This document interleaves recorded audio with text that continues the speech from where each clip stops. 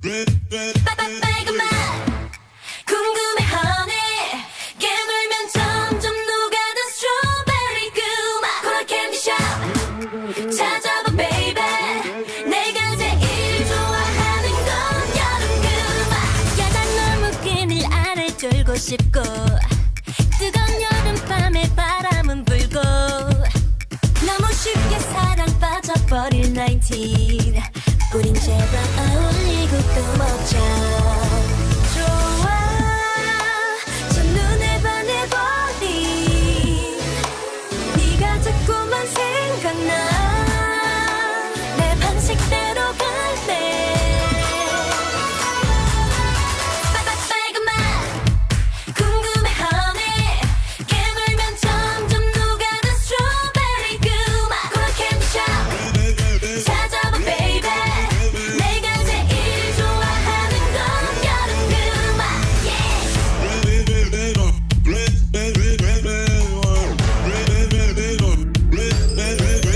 일곱 개의 무지개 핀 문을 열어 너의 세상은 짜릿해 멋있어 태양보다 빨간 네 사랑의 색깔 내가 까줄래 내 멋대로 할래 날 봐 넌 뭘 생각하는데 오늘 뭘 할 수 있을까 내 맘대로 상상해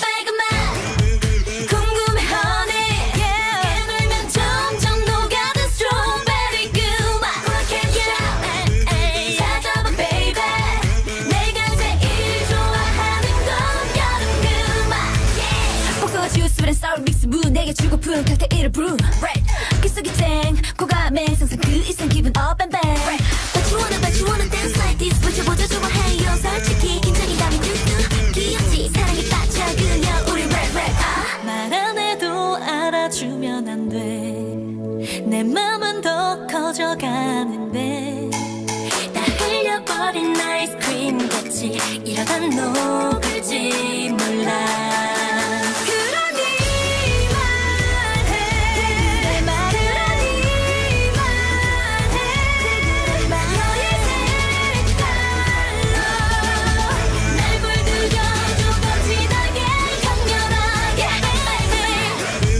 궁금해 honey 깨물면 점점 녹아든 스트로베리 그맛 찾아봐 baby 내가 제일 좋아하는 건 여름 그맛 내가 제일 좋아하는 건 여름에 너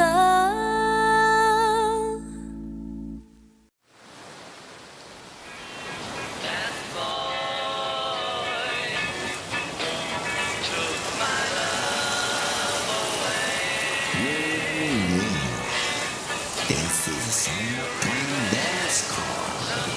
Happy, exciting, and cool.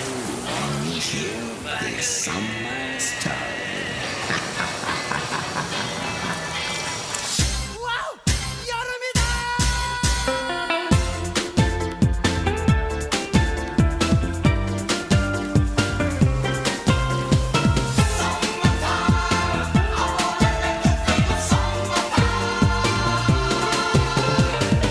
이게 뭐야 이 여름에 방 안에 맞춰 박혀있어 안 되겠어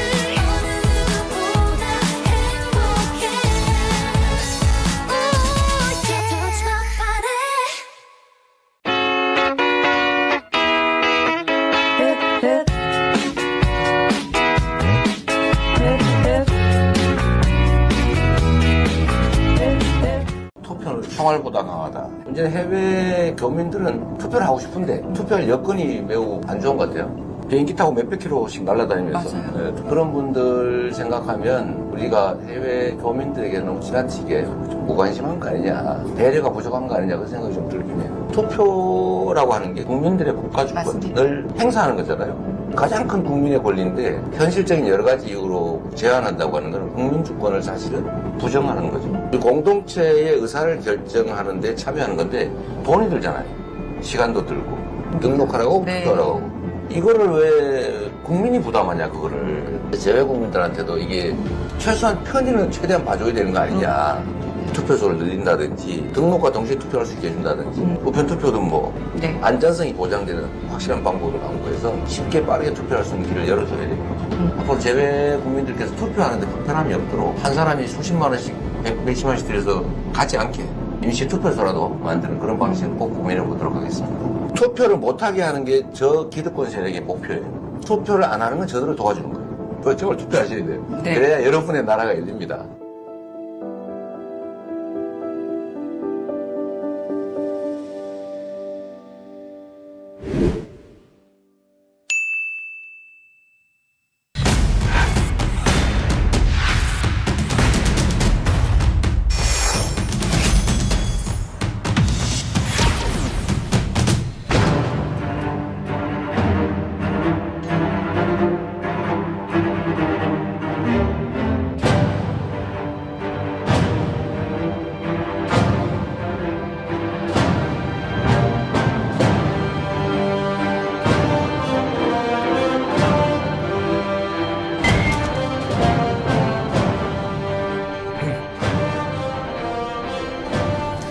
더불어민주당 공식 유튜브 채널 델리민주의 간판 프로그램입니다. 불팍 시청자 여러분 안녕하십니까?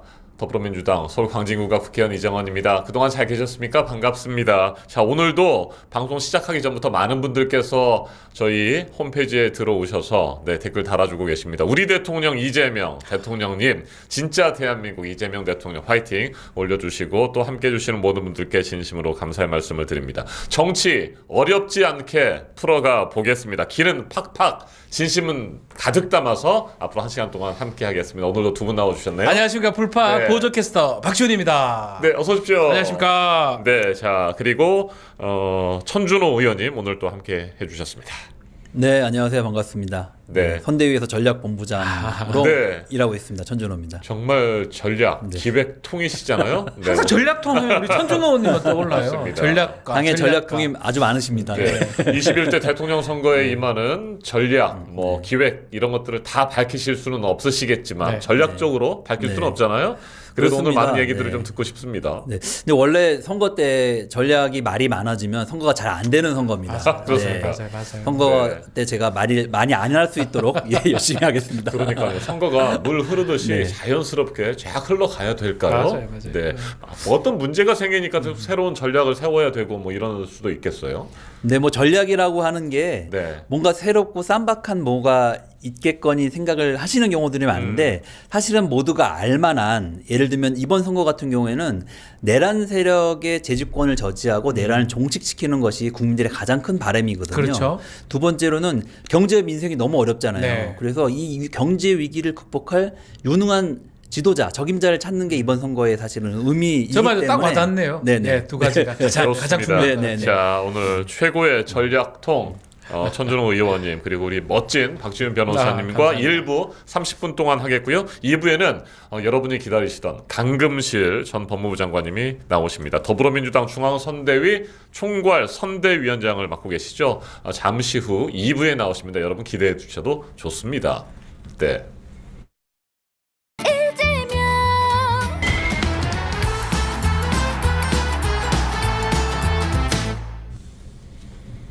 네, 진짜 대한민국을 만들기 위한 여정입니다. 불팍, 이제는 코리안 시리즈 오늘이 벌써 11차 경기입니다. 진짜 11차 진짜 경기 얼마 안 시작하도록 남았어요. 하겠습니다. 진짜 얼마 안 그렇죠. 남았어요. D-13일이니까요. 네. 천준호 의원님, 네. 13일 딱 앞으로 2주 뒤면 6월 4일이 되는 거잖아요. 6월 3일 본투표를 하고 그 다음 날 이 시간이면 다음- 세상이 좀 바뀌지 않았겠습니까? 그날 수요일 네. 이 시간. 그렇죠. 2주 후 이 시간. 네, 저는 자고 있을 것 같습니다. 근데 보통은 대선 결과가 나오고 네. 그 다음 날 6월 4일이 되면 한 오후 2시쯤에 선대위가 해단식을 하고 그러지 않습니까? 승리를 해도 해단은 하는 거죠? 네네 그렇습니다. 네. 네. 마무리. 그럼에도 이게 인수위가 없다 보니까 네. 해단식이 눈에 띄지는 않을 것 같습니다. 아하. 바로 지금 이제 아, 그러면 국정해야 바로 되니까. 취임식을 하게 되나요? 취임식도 바로 하는 걸로 제가 결과가 알고 나오게 있습니다. 되면? 예, 좋습니다. 너무 빡빡할 것 같아요. 정말 쉼 없이. 우리가 기대하는 네. 그런 멋진 취임식이 이루어질 수 있도록 우리는 끝까지 최선을 다해야 되지 않겠습니까? 네. 절박하게 간절하게 남은 13일 동안 열심히 뛰어야 될 것 같습니다. 오늘 천준호 의원님 나오셨는데요. 전략통이라고 앞에서도 여러 차례 말씀을 드렸습니다. 진짜 대한민국의 중앙선대위 총괄선거대책본부에서 총괄 부본부장도 맡고 계시고 전략본부장을 맡고 계십니다.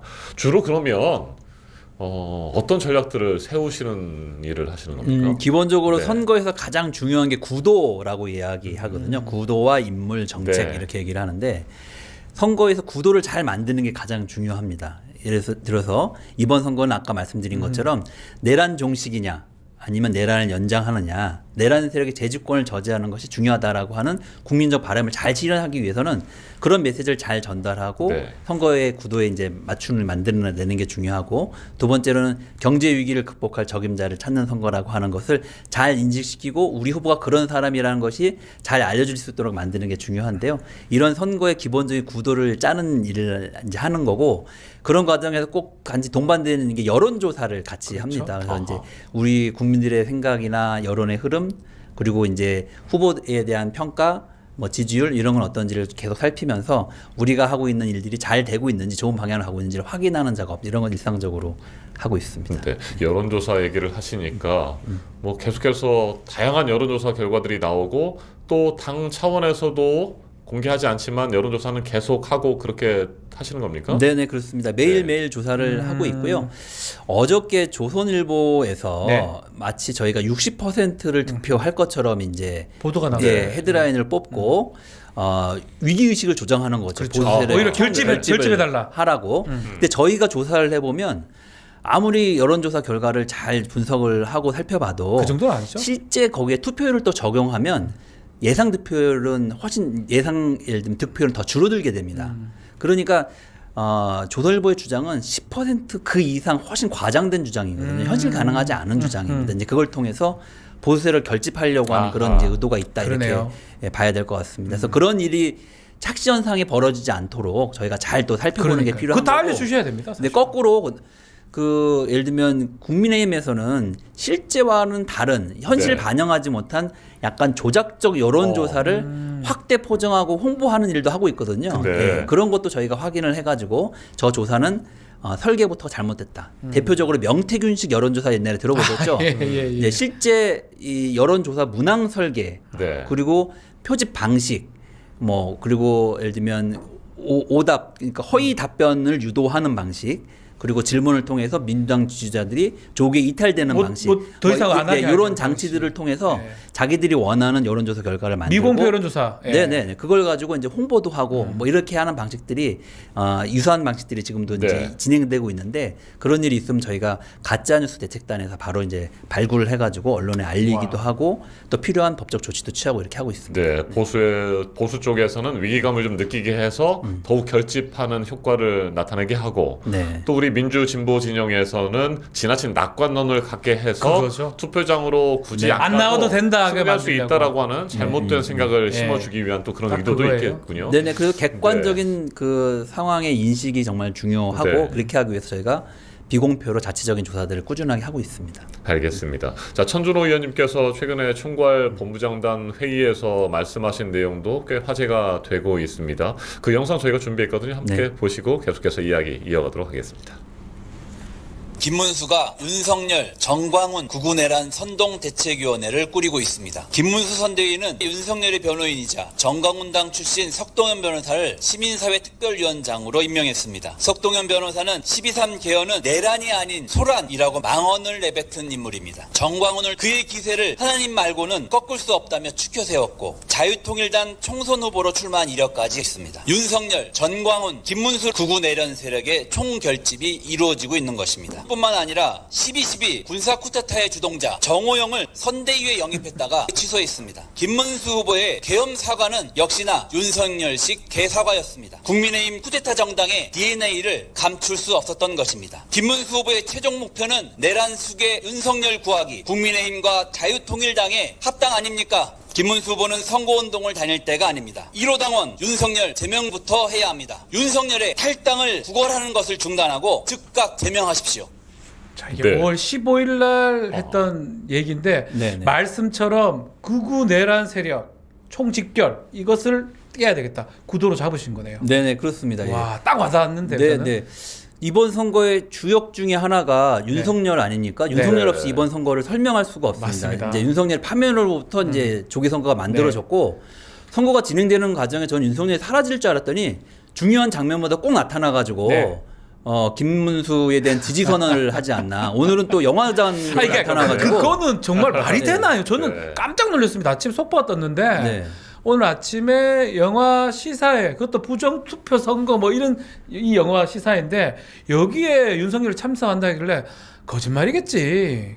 정신 나갔나? 그 옆에 전환길이 앉아 있는 거 같이 앉아 있어요. 네. 부정선거 다큐. 야, 네. 이걸 어떻게 봐야 됩니까? 선거를 네. 하라고 하면서 저거를 보면 선거 하지 말라는 거예요? 투표하지 말라는 거예요? 네, 저는 이건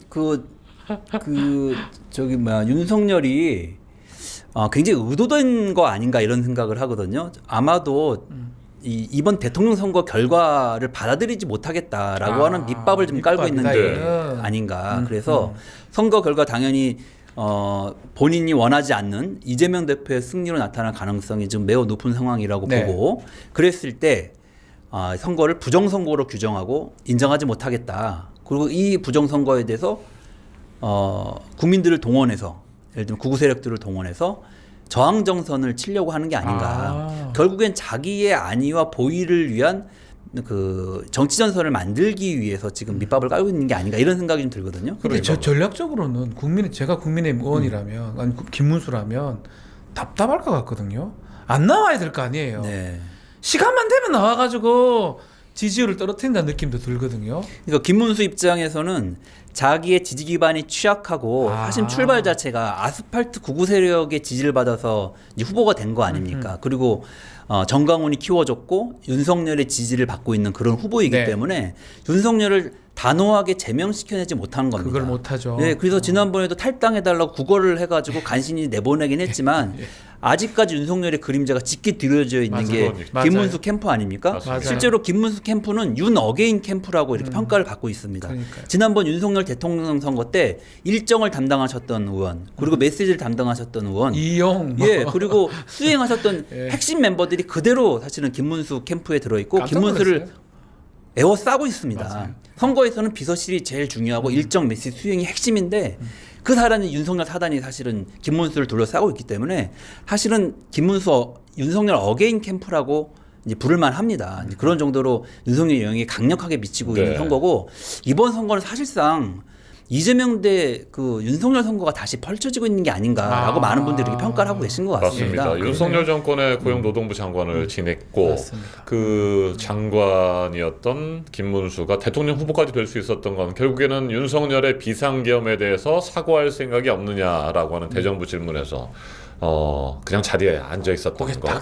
그것 때문 아니었습니까? 결국에는 뭐 그걸로 인해서 대통령 후보까지 됐고 그것 때문에 또 윤석열과의 관계 정리 이런 것도 제대로 못하는 김문수 후보인데 말이죠. 오늘 이 부정선거 관련 영화를 관람한 거에 대해서 이재명 후보도 한 말씀을 하셨는데 그 선거 시스템으로 본인이 선거에 이겼는데 부정선거라고 하면 도대체 어떻게 되는 겁니까? 그렇잖아요. 부정선거였는데 본인이 당선됐으면 그러니까요. 부정선거의 혜택을 받았다는 건데 본인이 스스로 인정하는 거 아닙니까? 물론 좀 더 이겼을 건데 그런데 그런 경찰은 그거밖에 이유긴 안 해요. 됐다. 뿐만 아니라 그 뒤에 네. 지방선거도 있었잖아요. 그러니까요. 지방선거에서는 국힘이 압승을 했거든요. 이제 그거는 부정선거 아니었습니까? 그러면? 그러니까 그걸 네. 따지면 정말 앞뒤가 안 맞는 얘기들을 이제 하고 있는 거죠. 판단력 자체가 아주 심각한 문제와 오류를 가지고 있는 것 같아요. 저 이런 말씀드리기는 네. 조금 그런데 외모도 지금 상황이 좀 그렇고 음. 뭔가 망상에 지금 사로잡혀 저기 간다는 것도 약간만 생각해봐도 안 맞는 거잖아요. 뭐 안에서 응원하든지 밖에 나온다는 게 이게 정상적인 상황인가 싶거든요. 아, 그 외모 말씀하시니까 사진 보면요. 네, 헤어스타일도 좀 깜짝 달라졌네요. 놀랐어요. 예전에는 그래도 이제 뭐 화장도 헤어를 하고 담당해 뭐, 주시는 예. 분이 있었으니까 그랬겠지만 머리가 상당히 부풀려져 있었잖아요. 예, 맞습니다. 지금 좀 차분하게 가라앉은 것 같고 뭐 메이크업도 안 한 것 같고. 예. 네. 참 그렇습니다. 인상이 좀 많이 바뀐 것 같네요. 많이 바뀌었고 뭐 네. 댓글에도 늙었다 하는데 범죄를 저질렀잖아요. 재판이나 제대로 좀 받았으면 좋겠어요. 네, 희재님께서 글 올려주셨는데 경은 재판 받을 때 메이크업 받고 나갔나 범. 네, 실제 뭐 메이크업 받고 맞아요. 예. 헤어도 다 예. 받고 헌법재판소 그렇게 탄핵 심판 나왔다고 받을 때도 재판 받을 때 그랬죠. 맞습니다. 그런 내란숙의 윤석열 영화관 방문하고 앞으로 13일 남았는데 또 어떤 행동을 할지 모르겠어요. 저는 네. 뭐 의원님 말씀 한번 해주셔야 될 것 같은데 또 나올 것 같아요. 자기 13일 존재감을 동안. 예. 드러내기 위해서 시간만 네. 되면 나오거든요. 매주 한 번씩 나와가지고 보리밥 먹고 동작대기에서 보이고 오늘은 급기야 영화 보러 오고 또 한 번 나올 것 같다는 생각이 드는데 어떻게 보시는지요? 글쎄요, 저는 저쪽이 어떤 생각인지 는 모르겠는데 네. 그 윤석열뿐만이 아니라 김건희도 사실은 선거판에 다시 재등장했거든요. 맞습니다. 어저께 그 비서. 김용태 비대위원장이 예, 여사님들 배우자 토론회? 토론회를 하자고 네네. 이야기하면서 사실은 제일 먼저 국민들이 떠올린 사람은 김건희였을 겁니다. 선거 전략상 김건희를 소환시킨 거예요. 그렇죠. 이건 완전히 있을 수 없는 일이거든요. 네. 정말 제가 보기에 패착이라고 생각을 하는데 마침 그럴 때 샤넬백 사건이 같이 네, 이렇게 네. 언론에 보도가 되면서 그 파렴치함에 다시 한번 국민들이 과거의 모든 일들이 다시 떠오르게 됐는데 이번 선거에 빼놓을 수 없는 핵심 주역은 제가 보기엔 윤석열, 김건희 두 분이라고 생각합니다. 예. 네. 아유, 참 답답합니다. 네. 네. 그 지금 금방 김용태 비대위원장이 이제 김건희 사과한다라고 얘기는 했는데 글쎄요, 그것도 맥락이 안 맞아요. 어제 긴급 기자회견에서는 배우자 토론하자고 그렇게 얘기해놓고 네. 오늘 와서는 또 사과한다. 맥락은 별로 안 맞는 것 같습니다. 김건희 여사 행위와 관련해서 국민의 우려를 못 헤아려 정중히 사과한다 이렇게 얘기했는데 도대체 진심이 무엇인지를 모르겠어요. 아, 특검을 받든지요. 네. 그러면 지금 와서 이게 그럼요. 웬 말입니까 지금 이게? 당연히 이게 웬 말입니까 이게? 제대로 수사 받아야 되죠. 특검 수사 받아야 되죠. 샤넬 나오니까 사과합니까? 배우자 토론 문제 한번 좀 더 얘기를 해보죠. 네. 저는 참 답답한 것이 그래 그렇게 해서 배우자 토론회는 있을 수도 없는 일입니다만 배우자 토론해가지고 문제가 있다고 하면 이혼하라고 할 겁니까? 도대체 무슨 생각으로 이런 것들을 제안했는지 그리고 이게 김용태 비대위원장 혼자만의 뜻인지 국민의힘 전체 뭐 선대위 차원의 뜻인지도 참 궁금한데 참 그러니까 배우자가 토론한다면 뭐 장모도 해야 되는 거고 어머니도 해야 되고 아버지도 해야 되고 여자친구도 예, 참석하고. 이준석 후보는 뭐 여자친구가 네, 있는지 부인이 모르겠지만 뭐 그게 말이 되나요? 그리고 그 얘기해가지고 뭐 국정 운영하는 사람도 아닌데 뭔 의미가 있습니까 이게? 그러니까 말도 안 되는 얘기를 기발한 것처럼 얘기를 하는데 저는 조심스러운 얘기긴 하지만 이 김용태 위원장 생각 아닌 것 같아요. 그냥 시킨 거 아닌가 생각이 많이 들어요. 그리고 좀 답답합니다.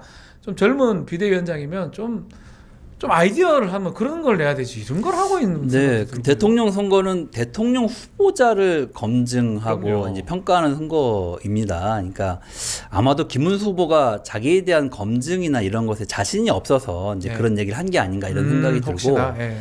저쪽 당은 배우자가 사실은 김건희가 사실 대통령 실질적인 대통령 같은 역할을 했다는 평가를 받고 있지 네. 않습니까? 그게 사실은 몸에 녹여 있다 보니까 배우자는 검증이 꼭 필요하다고 생각했는지 모르겠습니다. 근데 앞으로 있을 정부에서는 배우자가 국정 운영에 적극적으로 개입하는 것은 일정하게 그 제한이 필요하고 기축과 룰을 정확히 정해서 해야 되는 부분이 있기 때문에 그렇죠.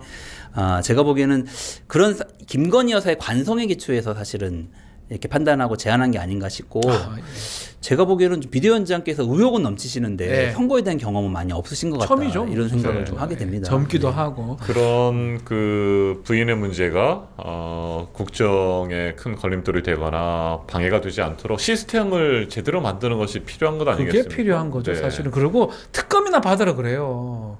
그게 걱정스러우면 왜 특검 조사를 안 합니까? 그게 더 이상한 거죠 사실은. 근데 그렇게 분명히 문제가 있는 발언을 하고 배우자 토론을 제안하는 거에 대해서 많은 비판을 받고 있음에도 불구하고 국힘의 의원들이나 국힘의 선대위 관계자들이 뭐 TV라든지 라디오에 나와서 그걸 쉴드를 치려고 변명하는 것들을 보니까 참 얼마나 저는 힘들까라는 이제 생각도 들더라고요. 말도 안 되는 많이 다 네, 하면서 해명을 하려고 하니까 국민의힘 쪽에 네. 이제 평론가들이 많이 힘들어요. 정말 힘들 것 같아요. 솔직히 말하면 눈도 잘 안 마주쳐요. 네. 왜냐면 할 말이 별로 없거든요. 자기들이 봐도 아닌 건 아닌 거잖아요. 또 잘못했다고 말은 못하죠. 온갖 여러 가지 말들로 변명을 해야 되는데 참 네. 안타깝다는 생각이 듭니다. 그 TV 토론 지금 1차 했지 않습니까? 네. 이제 이번 주에 금요일 날 또 사회 분야, 또 다음 주 화요일 날 경제 분야. 네. 1차 토론은 뭐 우리 부단장 맡으셨던데요. 잘 하셨다고 판단하고 계십니까? 네, 저희가 충분히 네. 예상했던 대로 이준석 후보는 갈라치기, 맞아요. 또 어떤 프레임을 만들어서 그 프레임에 꽉 가두려고 하는 그런 시도가 있을 것이라고 예상했는데 역시 그랬던 것 같습니다. 뭐 깐족거리는 것도 대단했었고요. 그런 상황에서 그냥 그 수세적으로 수비만 하거나 방어만 하지 않으시고 이재명 후보님께서 적극적으로 잘 끊어내신 것 같아요. 그래서 중국과 대만의 문제와 관련해서 뭐 둘 중 하나를 선택해야 되는 거 아니냐라고 하는 그런 주장을 한 거에 대해서도 확실하게 모든 상황을 가정적으로 극단화해서는 안 된다. 굉장히 위험한 발언이다라는 식으로 말씀을 하시면서 끊어냈고 그래서 잘 정리를 하신 것 같습니다. 제가 판단할 때는. 우리 천준호 의원님 어떻게 보셨어요? 네, 저도 이제 보면서 김문수 후보는 정말 존재감이 없었던 것 같아요. 네. 왜 하나 싶어요. 네, 그래서 뭐 김문수 후보는 거기서 딱 그 무게가 딱 나왔다, 답이 네. 나왔다고 생각을 하고 이준석 후보는 정말 특유의 그 토론 기법이 있거든요. 그 낙인 찍기, 규정 짓기, 네. 맞아요. 예, 감정 건드리기. 자기가 딱 자기가 네, 낙인을 네. 찍어. 지가 사실은 만들어요. 그게 토론 태도로 정확한 좋은 태도는 아닙니다. 그래서 아마 자기 지지층 안에서는 뭐 일정하게 카타르시스 같은 걸 줬을지는 모르겠지만 일반 국민들이 보시기에는 기본이 안 돼 있다. 토론에 임하는 뭐 이렇게 좀 평가를 했을 거라고 생각이 예. 들고 잠깐은 자기가 우쭐하겠지만 큰 틀에서 보면 지도자로서의 한계를 오히려 드러낸 그런 토론이지 않냐 이런 생각이 들고요. 그래요. 이재명 후보 같은 경우는 사실은 완전히 그 협공을 받았는데도 네. 불구하고 굉장히 안정감 있게 차분하게 사실은 잘 대응을 대응하셨어요. 했다. 네. 사실 제일 중요한 게 이재명 대표가 지지율에서도 앞서고 있는 상태이고 또 많은 국민들이 이재명 대표에 대한 기대가 크기 때문에 안정감 있는 모습, 지도자다운 모습을 좀 보여주기를 기대했을 것 같거든요. 그런 측면에서 여러 공격들을 잘 막아내시면서 또 본인이 하실 말씀을 잘 하시면서 안정감 있는 모습을 좀 보여주셨다 이렇게 네. 생각을 점수 합니다. 좀 해주세요. 이재명 네. 후보 몇 점 정도 주시면 됩니까? 100점 만점에 저는 90점 드리겠습니다. 네, 저도 90점 네. 정도. 저는 방송 토론 준비단으로 부단장이 참여했기 때문에 네. 93점 드리겠습니다. 김문수 후보의 경우에는 준비 부족을 좀 여실히 드러낸 것 같습니다. 낙제점을 줘야 될 것 네. 같아요. 네. 예. 그 준비된 원고 그대로 보고 읽는데 네. 급급했던 네. 것 같고요.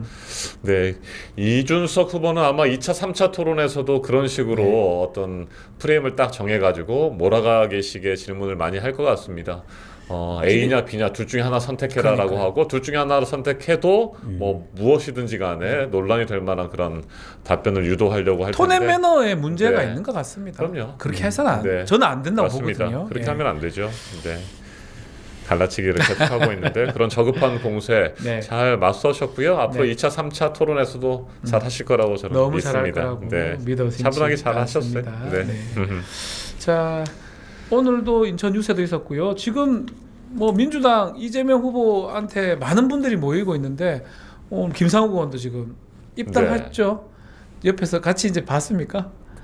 네, 저는 그 국민의힘을 탈당하기 전에 한 달 전쯤인가 김상욱 의원하고 잠깐 얘기를 좀 했었는데 정말 많이 힘들어했었고 예. 네, 그랬던 것 같은데 지금 민주당에 입당하고 또 유세 현장에서 함께하는 모습 보니까 표정이 굉장히 밝아졌더라고요. 네. 네, 제자리를 찾은 것 같고 함께 힘을 합해서 정말 사기 민주정부 출범하고 성공할 수 있도록 열심히 노력할 수 있을 것 같아요. 빅텐트가 일로 네. 모이는 것 같아요. 저쪽이 아니고 여기 뭐 보수 진영들 다 그렇죠. 오시는 것 이제 같습니다. 저희는 국민 통합 예. 이제 빅텐트가 만들어지고 있고 저쪽은 이제 예. 구구 야합 텐트가 이제 만들어지고 있다 이렇게 볼 수 있겠습니다. 전략위원장님이시니까 네. 그런 보수 인사들 영입과 관련돼서도 다양한 전략. 전 했을 것 같거든요. 그렇습니다. 궁금해요? 네. 이게 그쪽의 중도 보수 합리적 네. 보수 생각을 갖고 계신 분들을 입장에서도 네.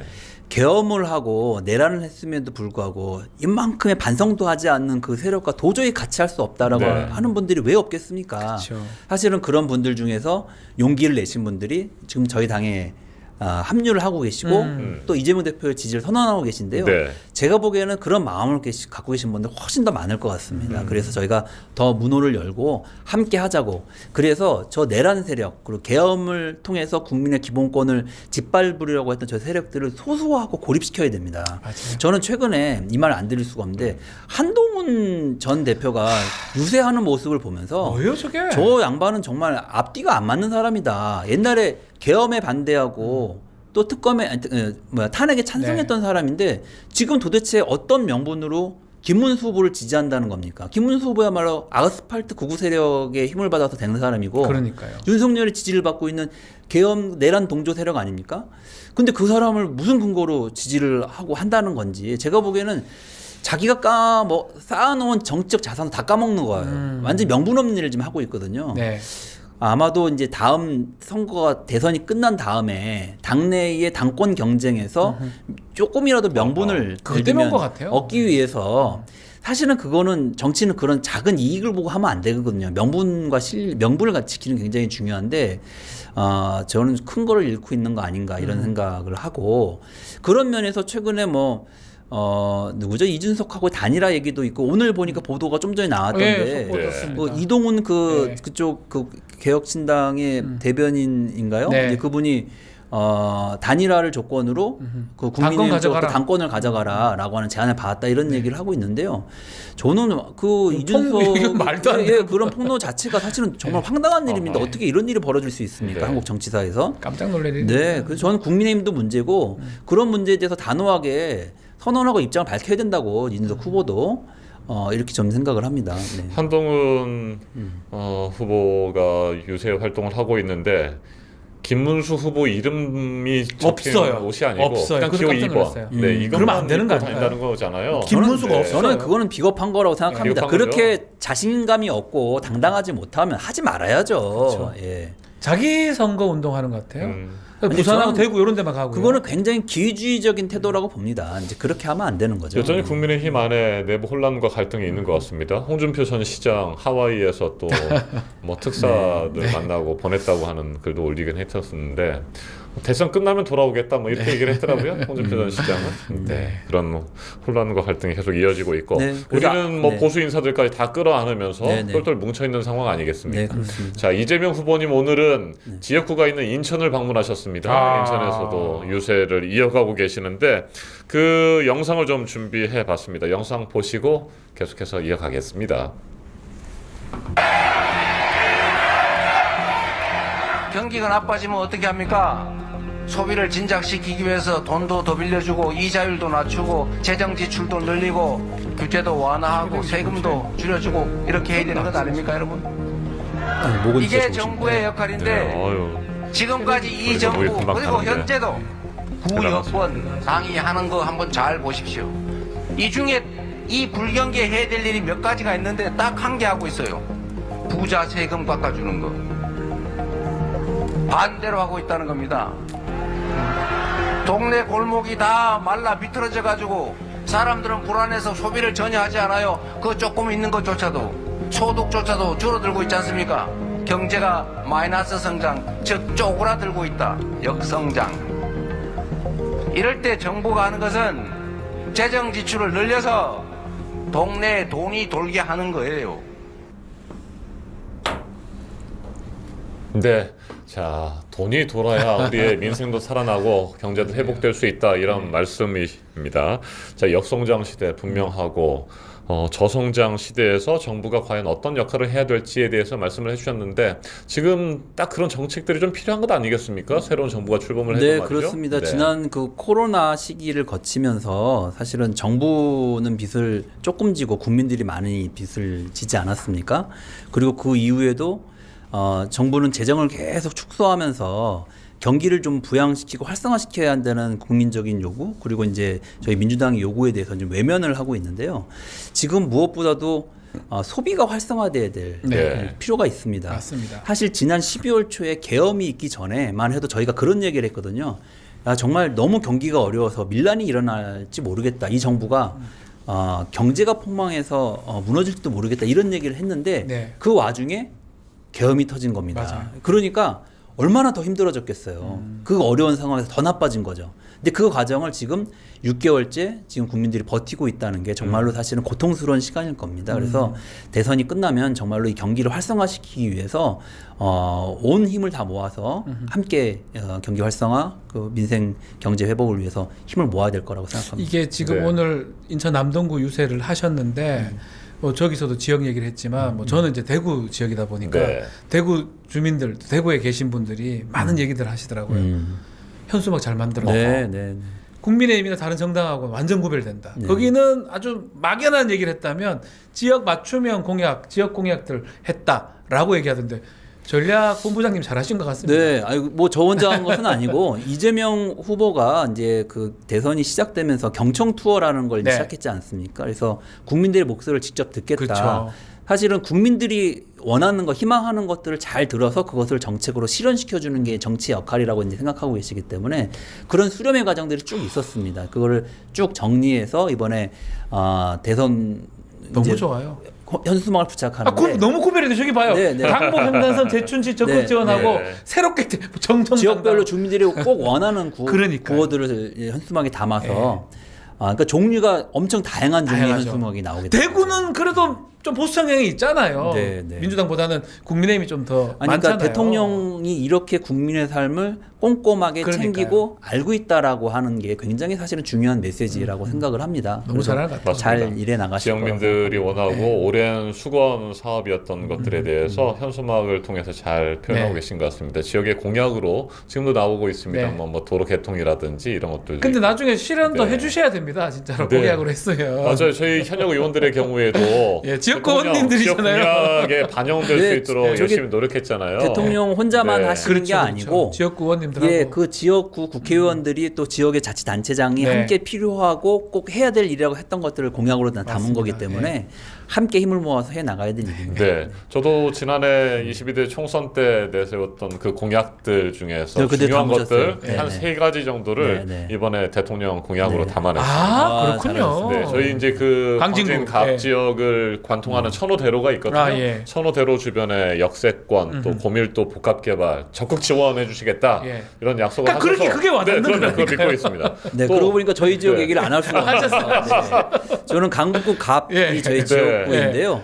도시철도 신강북선 추진하고 있습니다. 예. 네. 그리고 시립 강북 어린이 저기 전문병원 나오네요. 나오네요. 예, 네. 추진해 가고 있습니다. 강북 횡단선이 강북 있고. 횡단선 저게 이제 강북이군요. 네, 저건 저희 게 아니고요. 아니에요? 저희는 신강북선. 아 그렇구나. 예, 예. 저희 광진갑에서는 또 공공산후조리원체가 공약한 게 있어서 네. 그것도 좀 이번에 반영이 됐습니다. 네. 또 강북구와 함께 광진구 25개 그 자치구 가운데 2구만 없는 그 공공기관이 있어요. 뭐예요? 세무서. 네. 아, 그래서 세무서가 없습니까? 저는 이제 광진 세무서를 반드시 유치하겠다. 지금 성동 세무서까지 가야 되는 네. 불편이 있어서 그걸 유치하겠다는 그 총선 공약을 했는데 이번에 대통령 공약으로 발표가 돼서 이 말씀을 좀 드리기 네, 그런데 믿고 있습니다. 지난 저희가 대선 진행하겠습니다. 때하고 좀 비교되는 네. 게전 유권자 입장에서 지역구 의원님들이 그때는 좀 그만큼 못했던 것 같아요. 그때도 굉장히 의원님 하셨으니까. 네, 네. 지금은 좀 더 열심히 지역구 의원님들 하시는 것 같습니다. 물론 그때도 열심히 하셨는데 네. 제가 보기엔 그때보다 지금은 맞죠. 훨씬 제 더 말씀 열심히 하시는 맞죠. 것 같습니다. 예, 네. 예, 예. 네, 좋습니다. 감사한 말씀 드리겠습니다. 자, 이제 D-13일, 2주일도 채 남지 않았습니다. 네. 전략위원장님. 앞으로 남은 13일 동안에 가장 중요한 전략이 뭡니까? 이재명 후보가 갖고 있는 강점이 살려지는 네. 게 이제 핵심이라고 보고 또 우리 국민들이 원하는 것처럼 경제와 민생을 제발 좀 살려달라고 하는 게 간절한 이제 맞아요. 요구이신데요. 우리 대한민국에 처한 경제와 민생의 위기 잘 극복시켜 나갈 후보 이재명 후보라고 하는 것을 더욱 더 많이 알리고 또 공감을 얻을 수 있도록 열심히 뛰겠습니다. 알겠습니다. 아, 좋습니다. 그동안에 참 잘 해오셨고 네. 앞으로 남은 13일 동안에도 멋진 전략을 가지고 대선 승리를 위해 애써주시기를 바랍니다. 늘 수고 많으십니다. 네, 감사합니다. 화이팅입니다. 화이팅입니다. 네. 감사합니다. 화이팅. 네, 고맙습니다. 네, S였습니다. 네, 준비된 영. 이재명 대한민국 더 높이 둬야 세계를 주도할 우리 위대한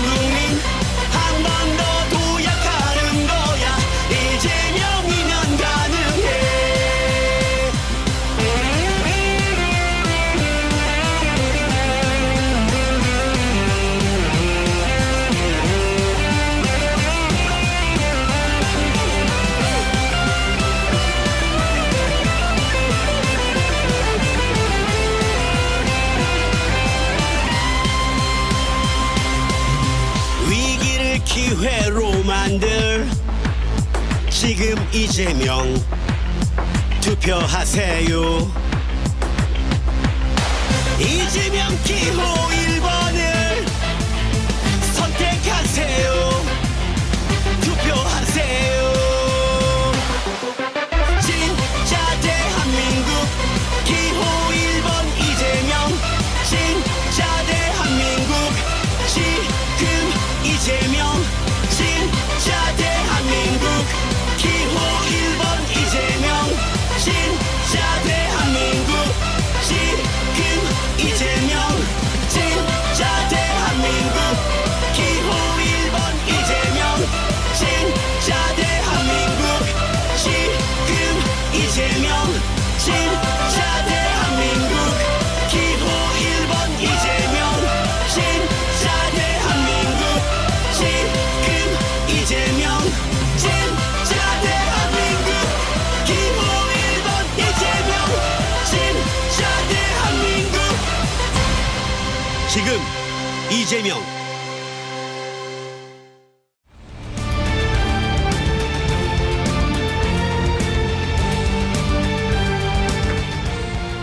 네, 대선 승리를 향한 작전이 지금 본격 가동됩니다. 불팍 선대위 작전 타임.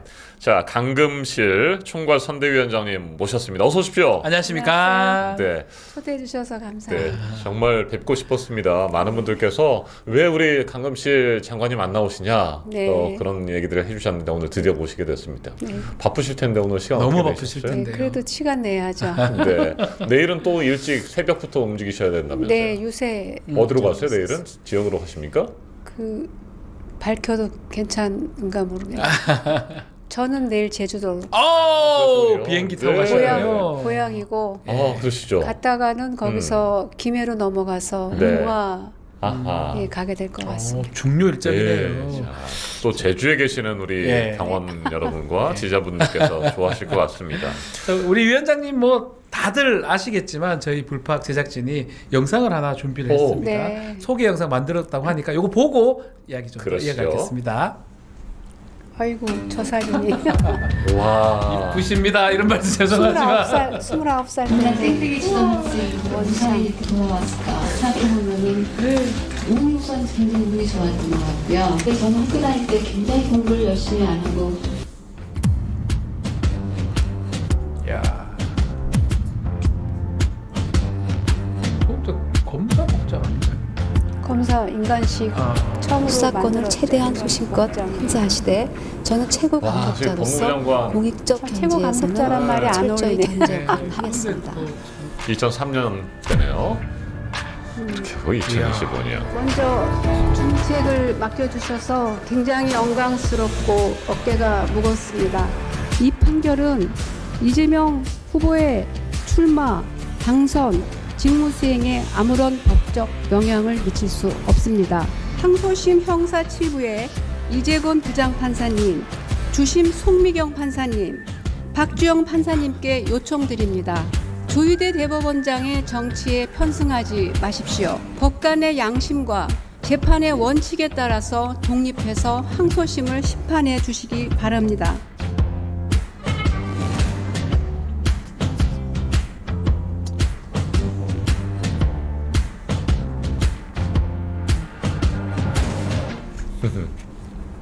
네.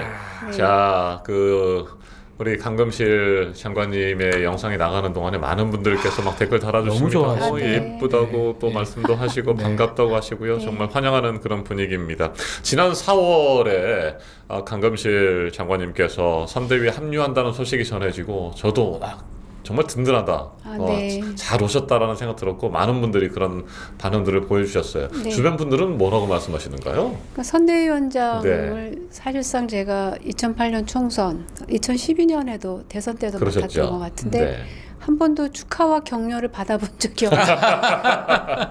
너무 많은 분이 또 가족은 물론 주변에서 정치하지 말라고 반대하시던 네. 분들까지 왜냐하면 이 계엄 이후에 스트레스가 너무 심하신 네. 거예요. 주변 분들이 좀 해결됐으면 좋겠다는 마음이 간절하시고 그 저변에 그런 마음들이 많이 있으시다고 보고 있어요. 그래서 어떤 교수님은 옆에서 되게 걱정될 정도로 매일 술 드시고 그 중간에 막 헌법재판소 결정 안 날 때 그러니까요. 이루 말할 수 없는 잠도 못 자고. 진짜 계엄 이후에 넘어온 굽이굽이 그 잠 못 자고 놀란 시간들이 아직도 저는 그래서 마음이 놓이진 않거든요. 아 그렇습니까? 그런 것 때문에 네. 이재명 후보님 도와야 되겠다 마음을 먹으신 겁니까? 이거 해결해야 된다. 내란 상황. 그 근본적으로 이 한국이라는 우리 공동체를 위해서 네. 이 내란을 그냥 어떻게 수수방관하겠어요. 네, 그리고 그 많은 분들이 이렇게 격려해 주시고 또 이렇게 축하해 주시는데 사실은 저의 선택이 아니라 이재명 후보님이 불러주신 거예요. 아. 예. 뭐 특별히 배경 설명은 없으셨지만은 네. 가장 필요하니까. 네. 예. 내란을 확실하게 네. 종식시켜야 되겠다 이런 생각을 가지셨던 거군요. 그 당연한 거죠. 네. 진짜로. 이번 대선 그러면 내란 종식과 함께 또 어떤 의미가 있을까요? 그 이재명 후보께서 내건 슬로건이 진짜 대한민국, 네. 지금은 이재명. 그 후보님이 직접 만드신 건지 너무 슬로건 잘 만든 것 같아요. 진짜 대한민국 만들어야죠. 그러면 그 뭐가 문제냐? 그 헌정 질서가 무너졌으니까 그러니까요. 다시 시작해야죠. 다시 시작해야 되고 경제가 무너졌으니까 경제 다시 회복해야 되고 그리고 계속 성장하면서 분배도 키워야 되고 그 진짜 대한민국을 그 맡길 만한 리더가 누구냐. 우리 후보님의 그 말씀을 들으면은 제가 굉장히 감명받고 점점 더 신뢰하고 드디어는 존경까지 하게 됐습니다. 네. 왜냐 항상 하시는 말씀이 그 국민을 믿는다. 모든 정치, 모든 권력은 국민 소유고 국민이 결정한다. 나는 또 정치는 일꾼이다. 그 말씀 하시거든요. 그러니까요. 그러니까 국민이 새롭게 만들어가는 대한민국 질서를 지금은 이재명이라는 일꾼에게 맡겨달라. 그 얘기인 거죠. 네. 이재명 후보님께서 맞아요. 지역을 돌면서 유세하실 때 또 그 옆에도 같이 하시고 유세 네, 지금- 말씀도 하시고 네. 그러시잖아요. 요즘 네. 영상을 제가 준비했어요. 우리 네. 위원장님이 네, 유세 좋습니다. 엄청 많이 하셔가지고 네. 저 영상을 잘 한번 못해갖고. 예, 영상 한번 보시고 이야기해 그러시죠. 갈게요. 함께 보시겠습니다. 반갑습니다. 강금실입니다.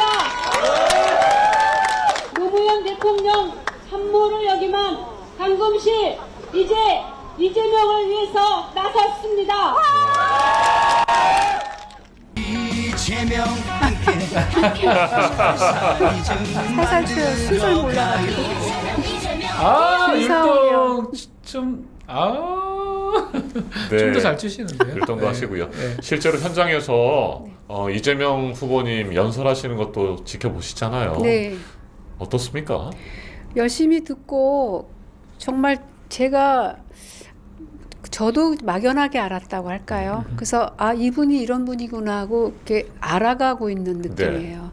그리고 국민들 모두가 그 이재명 후보를 점점 아 이분이 이런 분이었구나 하고 알고 알아가고 있는 과정이 아닌가. 그래서 그분의 철학과 그 뚜렷한 일관된 그 철학 정체성 그 말씀하시는 그 저는 덧셈이 실용주의라는 어제 마포 유세 보고서 네.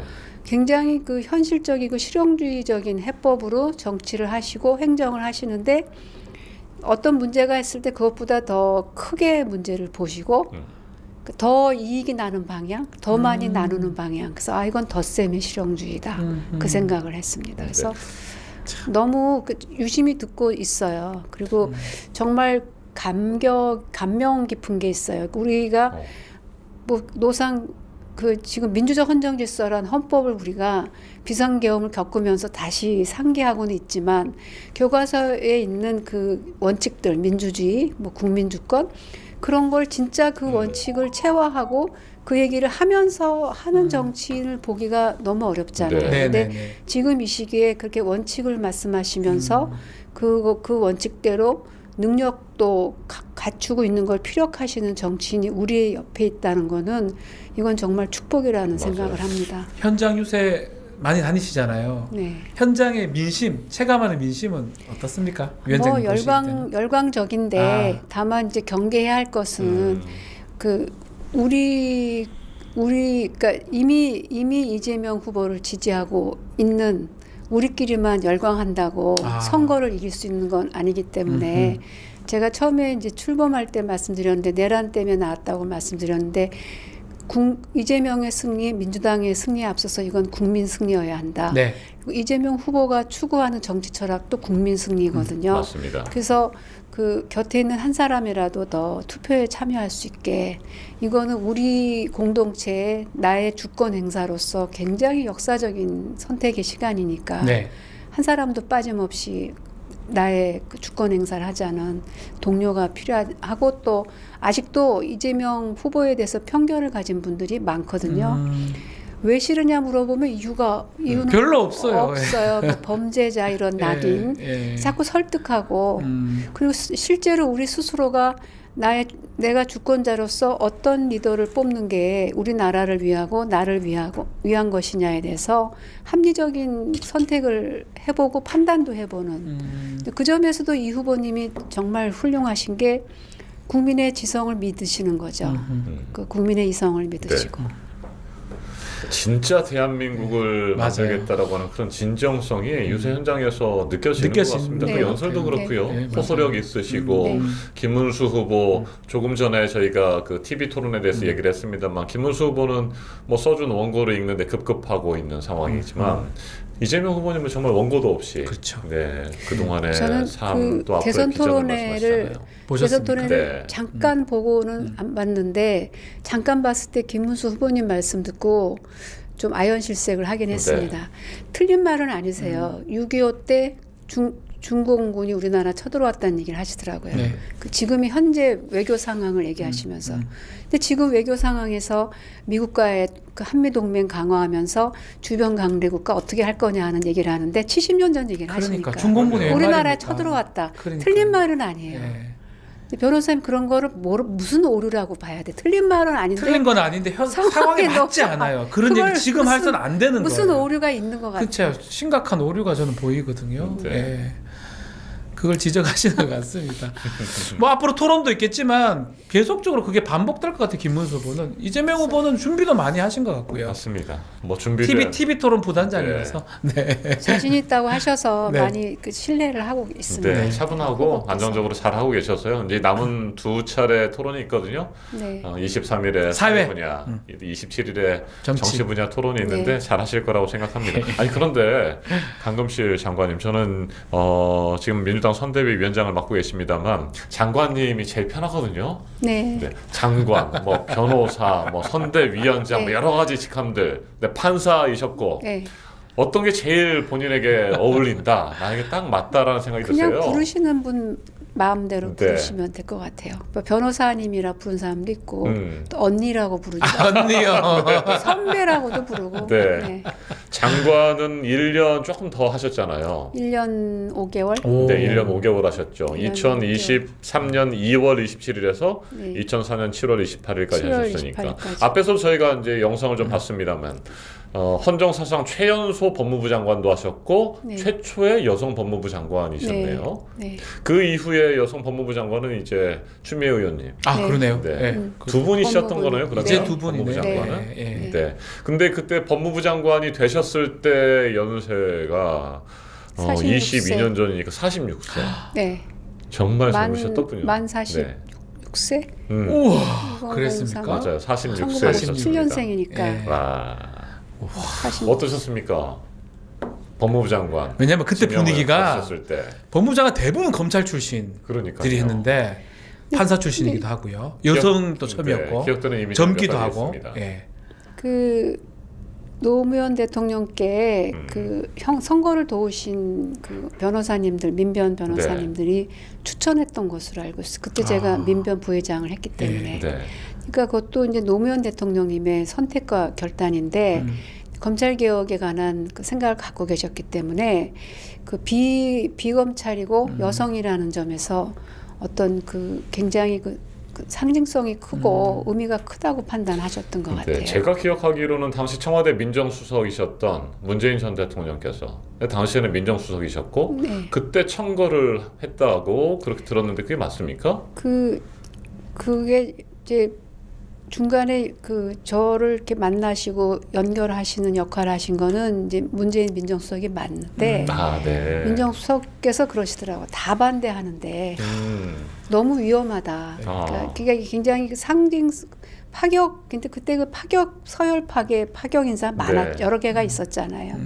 근데 이 검찰의 그 경험 없는 비검찰 여성을 보낸다는 거는 그때만 해도 여성 지금하고 너무 달랐거든요. 네. 20년이 넘었으니까 다 반대했는데 저 대통령님이 그 꺾질 않는다 그렇게 네. 말씀하시더라고요. 맞아요. 그래서 지금도 기억나는 여러 가지 그 장면들 이미지가 있는데 평검사와의 대화 있었잖아요. 네.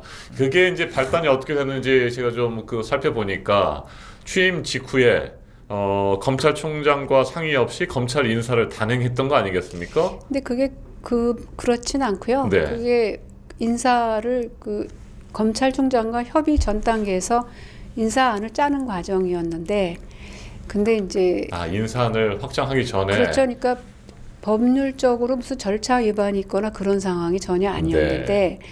뭐 인사 과정이 조금 노출된 면도 있는 거고 이게 좀 이렇게 폭발하려는 이 반대 감정이 검찰 많았던 쪽에서 거죠. 왜냐하면은 하고 있었던 상황입니까? 그 검찰에서는 이제 이 젊은 여성이고 비법조인이 온다고 하니까 뭐 쉽게 말하면 모욕감을 느꼈던 거예요. 비검찰 비검찰 비검찰 여성. 출신의 여성. 예.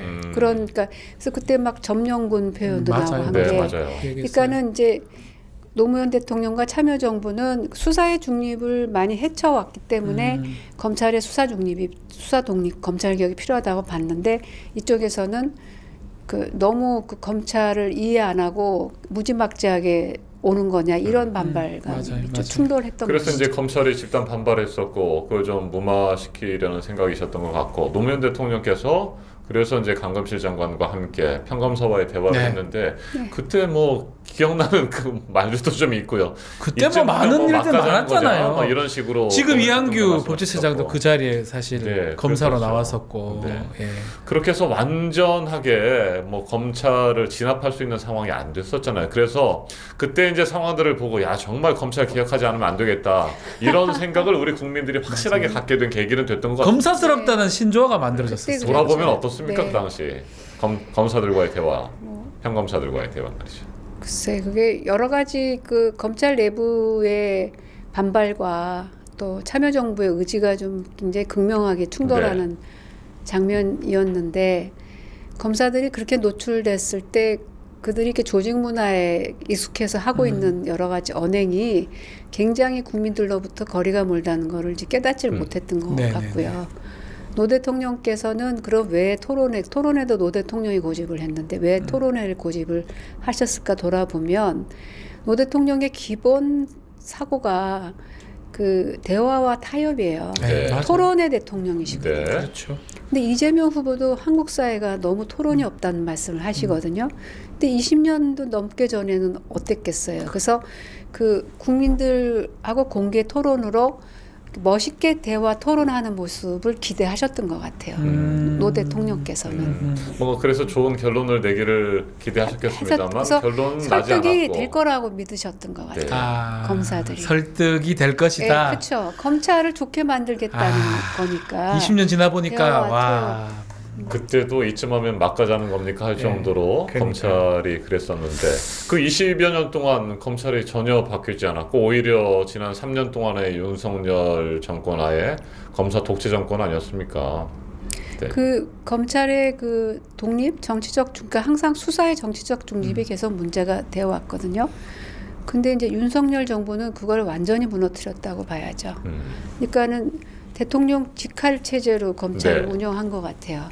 네. 이렇게까지 대통령이 검찰을 장악한 케이스는 역사상 없다고 봐야죠. 왜냐하면 정치권이 그러니까 이제 참여정부 이전에 이제 검찰 개혁에 문제가 있다고 본 게 정치권이 민정수석이라는 어떤 검찰과의 라인을 통해서 검찰의 수사를 통제한다는 네. 인식이 있었는데 윤석열 정부는 대통령이 직접 직할하는 체제였다고 봐요. 그러니 검찰이 망가질 수밖에요. 그래서 검찰이 내부적으로 더군다나 그게 윤석열 그 총장이 될 때 협의 과정에서 네. 그 총장 쪽에서 자기 라인 쉽게 말하면 너무 그렇게 챙긴다 해가지고 인사 평판이 안 좋았어요. 검찰 내부에서 네. 결코 윤석열 그분이 평판이 좋지는 않았어요.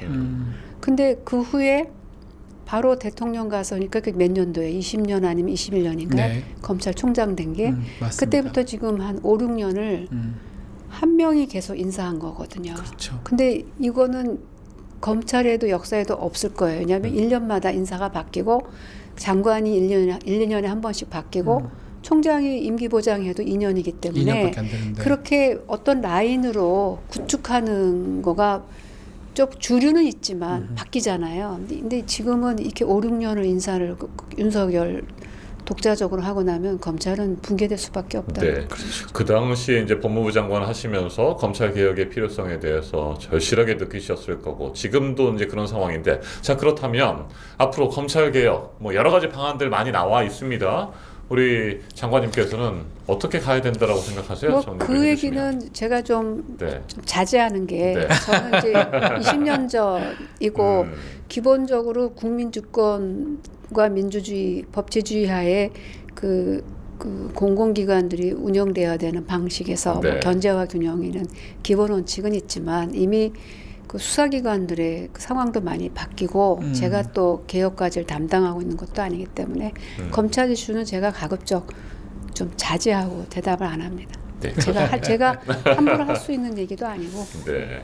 자 그리고 법무부 장관을 마치고 나서 그 이후에는 그러면 변호사로서 계속해서 활동을 해오신 건가요? 네, 법무법인원 네. 2009년부터 2009년부터 네. 변호사 활동하셨고. 그 이제 노무현 대통령과 같이 이제 일을 하셨으니까 이 사람 사는 세상이라고 했지 않습니까? 네. 또 이제 이재명 후보의 진짜 대한민국. 대한민국. 공통점이 있을 것 같아요. 우리 위원장님 생각하시는 공통점 어떤 게 있는지도 그게 궁금합니다. 국민주권과 민주주의, 가장 중요한 거죠. 국민 통합이죠. 네. 국민 국민 통합. 통합까지. 네. 와. 네. 연속성이 있다고 봅니다.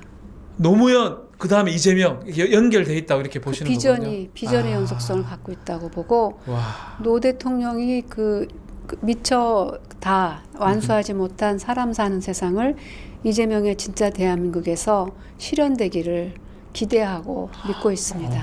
뭉클합니다. 갑자기 그 말을 들으니까. 저도 사실 예. 유세 때 그 말씀드릴 때마다 좀 울컥울컥해요. 네.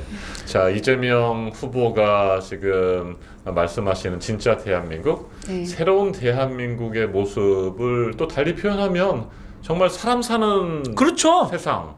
노무현 전 사람이 대통령이 먼저인 말했던 그런 네. 대한민국. 뭐 그것도 통할 것 같습니다. 네. 네. 글쎄 뭐 지금 이렇게 그려본다면 그 이재명 후보를 통해서도 우리가 얘기를 듣지만 일단 토론, 그러니까 소통이 많이 되는 지금 윤석열 정부나 그 문제가 생겨서 이렇게 실패하는 정권의 공통점이 불통이거든요. 예, 소통이 안 돼요. 소통이 예, 안 되는 안 됩니다. 거잖아요. 예. 그래서 굉장히 소통이 잘 되는 네. 나라. 그래서 그리고 국민이 권력자인 나라. 그래서 제가 권력기관이란 말이 사라졌으면 좋겠다는 거예요. 기관이 권력일 수가 없어요. 그러니까요. 국민이 권력자고 권력을 기관이 아니라 국민이 부여한 권한과 책임을 수행하는 우리들의 심부름꾼이고 우리들의 일꾼인데 제가 그래서 2012년에 박근혜 대통령 대선 때 생명의 정치에서 그걸 권력의 도착이라고 표현했는데 예. 우리는 지금 권력의 도착 상태에 너무 착각하고 있어요. 우리나라 언론의 표현이나 정치권을 보면 국민이 권력자다. 우리는 일꾼이라는 의식이 없이 거꾸로 돼 있잖아요. 그래서 그 사람 사는 세상에서 특권과 반칙이 없는 세상을 얘기하는데 네. 윤석열 정부 같은 경우는 특권과 반칙이 극단적으로 가버린 경우예요. 원칙이 민주주의고 국민 권력인데 내가 권력자야. 그렇죠? 내 맘대로 해. 그거잖아요. 네. 그리고 뭐 저거 공정성 하나도 안 지키고 수사도 못하게 가로막고 그러니까 정말 그 권력 도착의 극단적 상황에서 계엄이 일어나는 거고. 맞아요. 네, 그래서 국민이 주인인 나라는 훨씬 활발하고 활기가 넘치고 그리고 에너지를 결집시킬 수 있다는 거죠. 저는 경제 살리게 생각해 봤는데 우리나라가 IMF 위기에 빠졌을 때도 국민들이 이렇게 일시단결해서 나라를 세우는 걸 보고 전 세계가 놀랬거든요. 네. 근데 그게 리더의 훌륭함만 갖고 되는 게 아니에요. 국민들이 단결한 거잖아요. 저는 그래서 진짜로 국민을 섬기는 지도자만 나타나면 우리 국민 전체가 다시 단결하고 경제 살리는 거 뭐 문제도 없을 것 같아요. 그 열정과 에너지에서. 네. 그걸 좀 보고 싶어요. 예. 맞아요. 그걸 지난 보고 정권과 또 대통령들이 이렇게 돌아보면 말이죠. 네. 박정희, 전두환, 노태우, 이명박, 박근혜 다 결국에는 역사 심판을 받고 그렇게 몰락하지 않았습니까? 네. 반면에 우리 민주정부를 이끌어 오셨던 대통령님들을 살펴보면 김대중 대통령님께서 그 IMF 위기를 극복하셨고 또 노무현 문재인 대통령님께서 금융위기 또 코로나 위기를 극복하셨고 이제 윤석열의 위기를 예. 이재명 후보가 네. 확실하게 극복해내실 그럴 때가 된 거 아니겠습니까? 네. 네, 그렇죠. 네. 네, 확실하시죠? 장관님? 네, 이 후보님의 네. 기본 소신이 국민을 믿는다거든요. 국민을 믿고 국민이 한다. 그래서 그걸 철저히 믿고 국민과 소통하시면 국민 전체가 이 후보님을 도울 거라고 저는 믿어요. 그래서 극복해 나갈 것이다. 네. 좀 꼭 당선됐으면 하는 생각은 있는데 이거 선거법 위반 안 걸리나 몰라요. 예, 뭐 괜찮습니다. 아니 뭐 네. 무슨 실내에서 마이크만 써도 안 된다고 그랬어. 여기는 실내라서 확성 장치가 네. 아니기 때문에 괜찮고요. 아무 그럼요. 문제 공식 없습니다. 선거운동 기간이니까요. 네, 상관없습니다. 네, 자 우리 더불어민주당의 당원 여러분 그리고 또 지지자 여러분 오늘 또 함께 시청하고 계시는 불파기 시청자 여러분께서도 많은 기대와 희망을 가지고 있습니다. 우리의 꿈과 희망이 다시 되살아나고 우리의 젊은이들과 아이들이 마음껏 원대한 꿈을 품고 미래를 그릴 수 있는 그런 대한민국 만들어야 되지 않겠습니까? 오늘 바쁘신데 나와주셔서 감사하고요. 마지막으로 우리 시청자 여러분께 꿈과 희망을 줄 수 있는 메시지를 좀 주세요. 네. 죄송합니다. 이거 핸드폰 소리가 들려서. 국민이 승리한다. 진짜 대한민국 이재명과 함께. 그렇게 말씀드리고 싶습니다. 네, 승리한다. 반드시 승리할 네, 것입니다. 승리한다. 네, 힘이 팍팍 정말 납니다. 네. 맞습니다. 네. 압도적으로 윤석열과 그 내란 세력을 심판하는 선거가 또 될 것이고요. 반드시 승리해서 우리가 꿈꾸는 진짜 대한민국 만들 수 있을 거라는 확신이 듭니다. 내일 제주도 잘 다녀오시고요. 네. 건강 관리도 잘 하시기 바랍니다. 감사합니다. 오늘 함께 해주셔서 고맙습니다. 감사합니다. 변호사님, 네. 재외국민 투표가 지금 진행이 되고 있어요? 자, 20일부터 25일까지 지금 하고 있습니다. 자, 재국민 투표 지금 가시면 됩니다. 공간이나 추가 투표소에 가셔서 지금 하실 수 있으면 꼭 해주시기를 바라겠습니다. 네. 알겠습니다. 네, 한 분도 빠짐없이 재외선거 투표에 참여해 주시면 정말 좋겠습니다. 우리 한 사람 한 사람이 절대 참정권 포기하지 말고 우리의 새로운 역사를 쓰는 그런 주인공들이 되주시기를 바랍니다. 오늘도 불박과 함께 해주셔서 정말 고맙습니다. 귀한 시간 내주신 강금실 장관님 그리고 박지훈 변호사님 고맙습니다. 네, 감사합니다. 감사합니다. 저는 내일 5시에 다시 돌아오겠습니다. 여러분 고맙습니다. 감사합니다.